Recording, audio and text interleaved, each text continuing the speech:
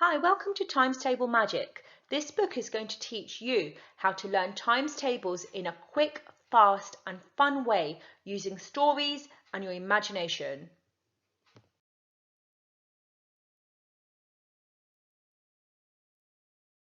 So, each number has a given character. Now use your imagination.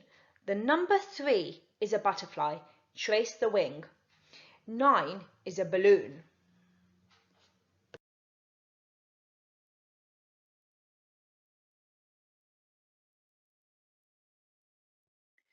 So, butterfly and butterfly, 3 times 3. Butterfly and butterfly are having a race. Who's cheering them on? A big red balloon is cheering them on. Number 9. 3 times 3 is 9.